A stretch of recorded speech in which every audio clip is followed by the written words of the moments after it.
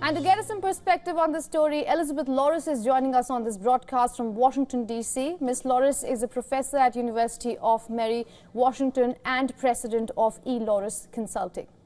Ms. Loris, good to see you again. Good to see you.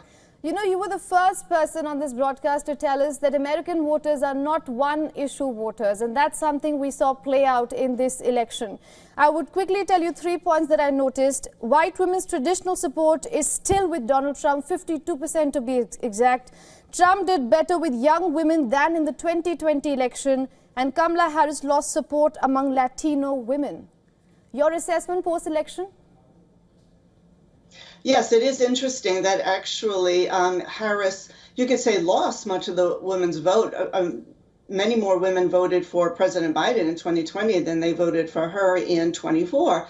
And, you know, again, of course, the Democratic Party really played up like the threat of losing, you know, abortion. But a lot of people realize now that's at the state level. Since the Dobbs decision, that's at the state level. And there were a lot of initiatives on state ballots that protected a woman's right to an abortion, and they did vote for those. And so, but the more immediate issue right in front of them was the economy, crime that has come from illegal immigration. We cannot ignore that the largest pool of victims of crime carried out by illegal aliens are women. And so they voted to protect their sisters, their mothers, their daughters by voting for President Trump, whereas the Harris administration didn't seem like it was going to depart from the Biden administration that pretty much treated the U.S. southern border like an open sieve and just people were flooding through. At least that was the optics. So it was the economy, immigration, and crime were the big issues that swung them over enough to vote for President Trump. Right. I also found a poll. In fact, that's 2 years before the elections. It was an NYT poll, and it found that 26% of the Democrats wanted Joe Biden to return to the White House or rerun for the Democratic camp. That's actually 3 out of 4 Democrats who wanted a new leader.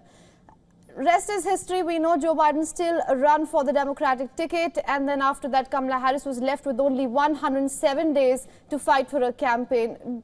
Do you agree with those experts who are saying that Democrats need to do some soul searching?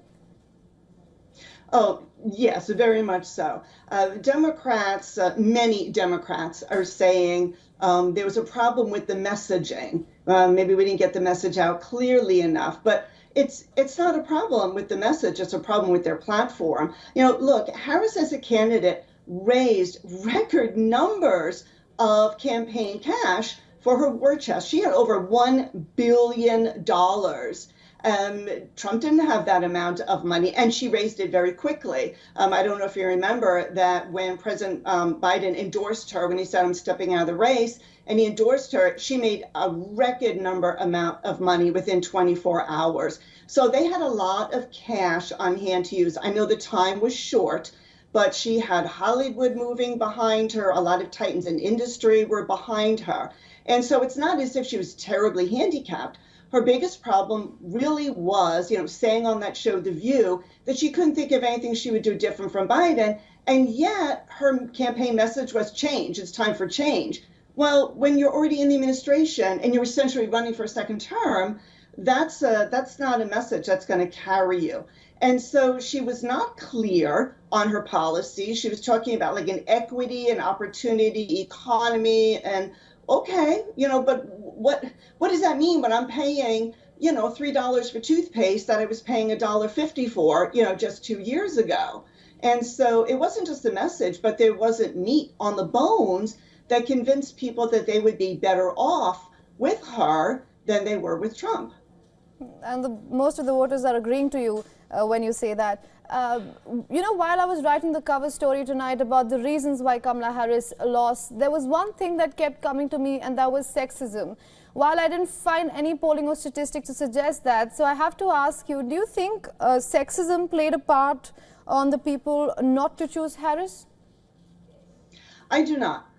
Certainly, the Trump campaign focused on the younger male vote and the black male vote. White men and white women very often have voted overwhelmingly for Democrat. I think that it was the policies. People could see the direction that the country was going, and she did not have a good plan for a good way to go. A lot of people voted for Hillary Clinton back in 2016. She won the popular vote. And so I don't think that sexism is a good explanation. I think that, again, when you get down to the fundamentals of the direction of the country, people just weren't convinced that she was the right person to lead the country in this new direction, this better direction.